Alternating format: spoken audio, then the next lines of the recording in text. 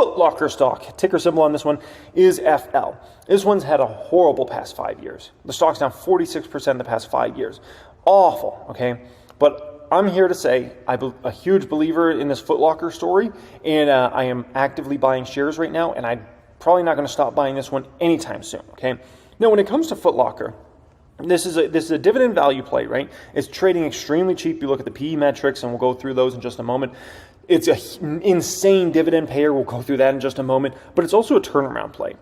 Now, if you're going to buy into a stock that's a turnaround play, right? Because right now Foot Locker is closing some different stores because they own several different brands, actually, outside of just Foot Locker. They own Champs and a few other brands.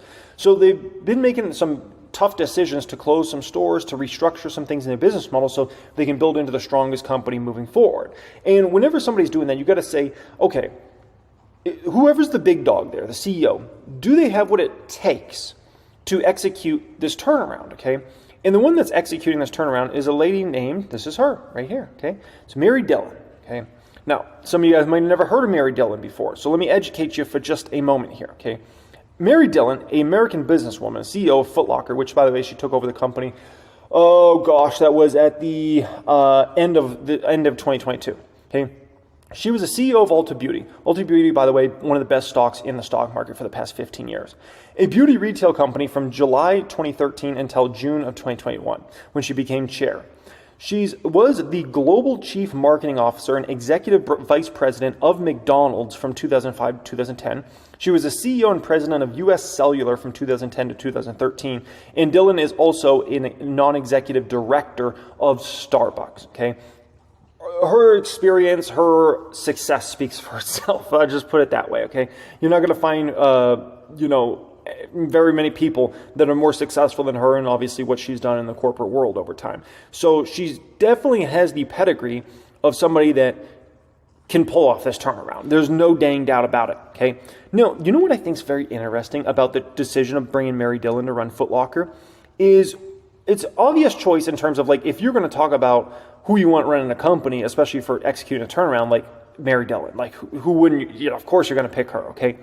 But what I think is very interesting, I was doing a little thinking about this actually earlier today, and I was thinking, she's such a great choice for this. And the reason being is, if you think about her experience at Ulta Beauty, if you don't know, like, the women's sneaker market has been growing massively over the past 10, 15 years, and that is showing no signs of slowing down anytime soon. Even if you look at, like, Nike's numbers, over the past few years. Nike in 2020 did about $6.9 billion of revenue from their women's category. This past year, they did almost $8.3 billion of revenue from their women's category. It's a massive growing space. And so I think to pull in somebody like Mary Dillon is very intelligent, right? Because we always know Foot Locker is going to do great with men like myself, but if you're a woman, would you feel comfortable shopping at Foot Locker? Is that a place you would look forward to shopping and things like that, right? And so I think her choice is a very, very interesting one. You're looking at a company that has about $2.4 billion in total current assets versus $1.4 billion in total current liabilities, right? If we look at total assets, $7.6 billion versus $4.3 billion, the total equity on the company is nearly $3.3 billion, right? Now, the most fascinating thing about that is about $1 billion less than the market capitalization of the company, which is just another way of saying you're getting a steal deal here in regards to the stock, especially if Mary Dillon can execute the turnaround. I think she can execute here, okay?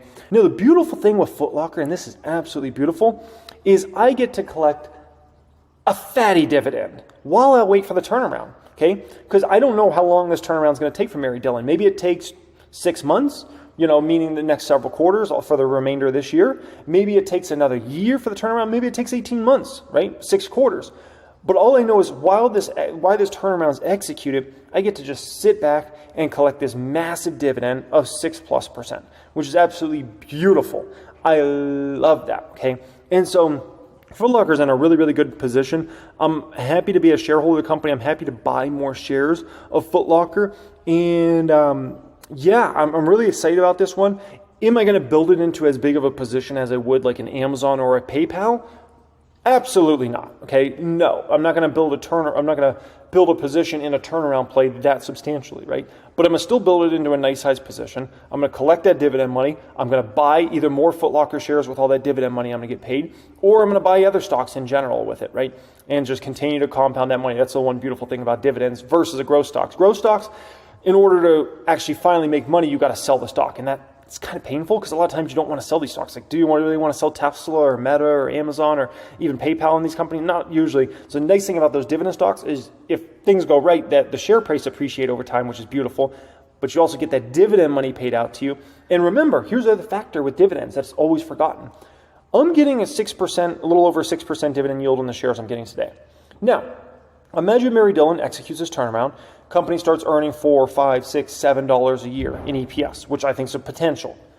Well, on the shares I'm buying today, the dividend longer term could end up being like a 10% yield, 15% yield, 20% yield, which is insane.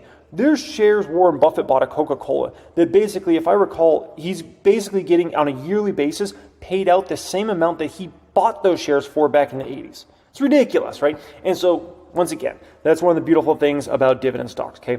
Corsair making a big move here today, right? Stock's done pretty good year to date. It's outperformed the S&P 500 so far year to date, not outperforming the Qs, right? Up about 28, 29%. So Corsair Gaming rises as Wedbush upgrades stock rating to outperform.